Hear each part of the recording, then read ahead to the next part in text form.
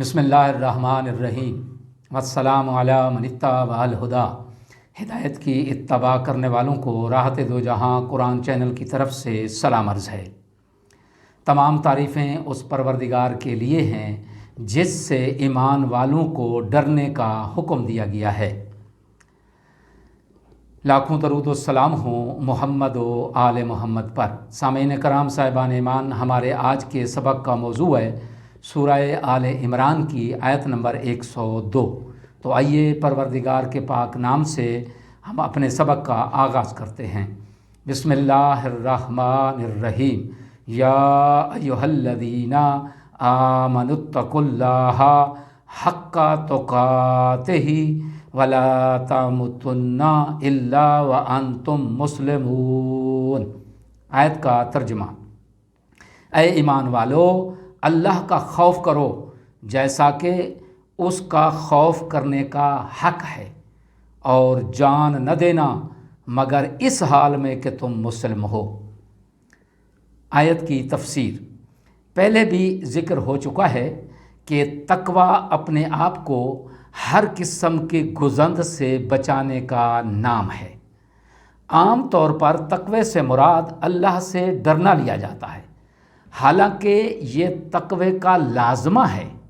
خدا سے ڈرنے کا مطلب یہ ہے کہ اس کے عدل سے ڈرو اور گناہ نہ کرو، کیونکہ گناہگار اور مجرم ہمیشہ عدالت سے خوف زدہ رہتا ہے۔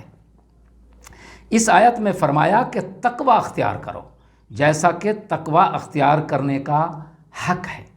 واضح رہے کہ اسلام میں تقوی کے لیے ایمان بالغیب کے ساتھ نماز اور انفاق بھی ضروری ہے۔ صرف ایمان کے بھروسے پر تقوی حاصل نہیں کیا جا سکتا، اور قرآن مجید سے استفادہ کرنا بھی ممکن نہیں ہے۔ بے شک قرآن مجید ہدایت دے گا، لیکن تقوی کے بعد، اور تقوی ایمان کے ساتھ نماز اور انفاق یعنی بدنی اور مالی دونوں طرح کی قربانیوں کا مطالبہ کر رہا ہے۔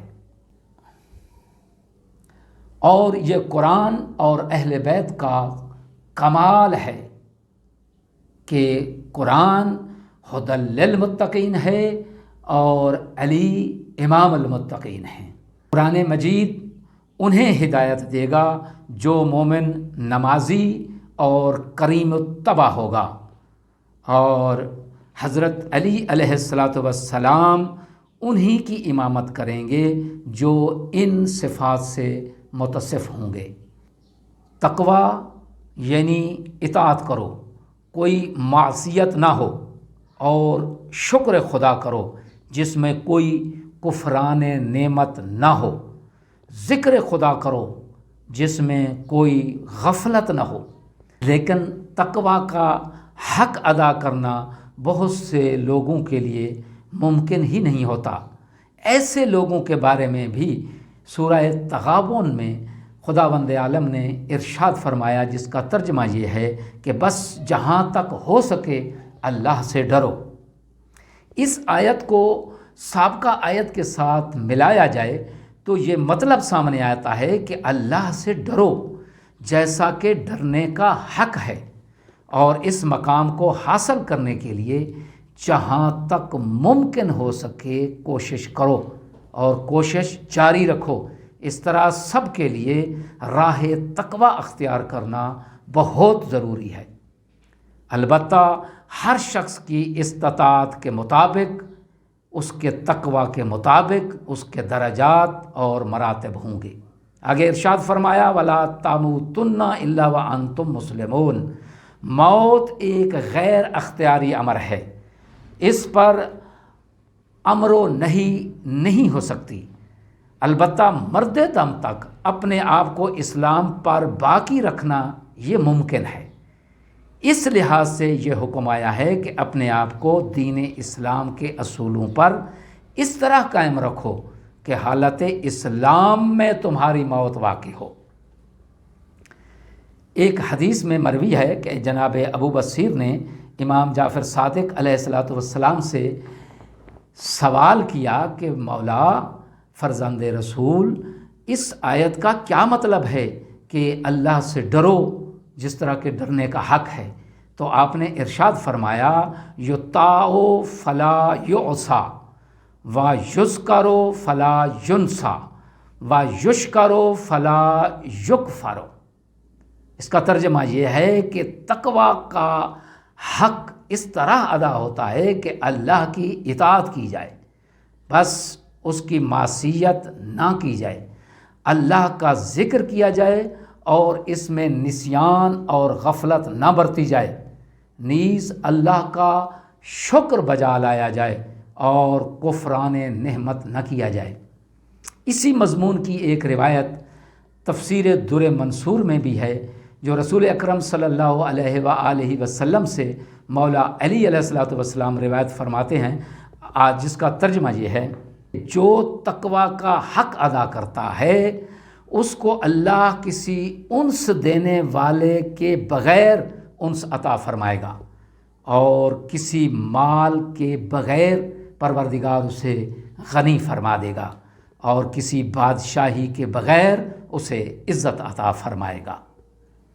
اس آیت میں بیان ہونے والا اہم نقطہ ایک ہے، اور وہ یہ کہ ہر شخص پر فرض ہے کہ وہ اپنی استطاعت کے مطابق تقوی اختیار کرے اور آخری دم تک اس پر قائم رہے۔ آخر میں سب سے پہلے میں اپنے آپ کو اور تمام سامعین کرام کو تقوی الہی کی نصیحت اور وصیحت کرتا ہوں کہ خداوند منان ہمیں تقوی اختیار کرنے اور اس پر قائم رہنے کی توفیق عظیمہ عنایت فرمائے، اور ہمارا خاتمہ بالایمان اور خاتمہ بالخیر فرمائے۔ اور اس دعائیہ کلمات کے ساتھ ہم اپنے سبق کا اختتام کرتے ہیں، جو دعا حضرت علی ابن الحسین امام زین العابدین علیہ الصلوۃ والسلام نے منگل کے روز کے لیے ہمیں تعلیم فرمائی ہے، اس کا آخری فقرہ یہ ہے۔ آپ ارشاد فرماتے ہیں فاختم لی من قابل غفران یا ولی الاحسان، اے فضل اور احسان کے مالک، میرا خاتمہ بخشش اور مغفرت پر فرما۔ آمین یا الہ العالمین بحق محمد و آلہ الطاہرین۔ اللہم صلی علی محمد و آل محمد وعجل فرجہم۔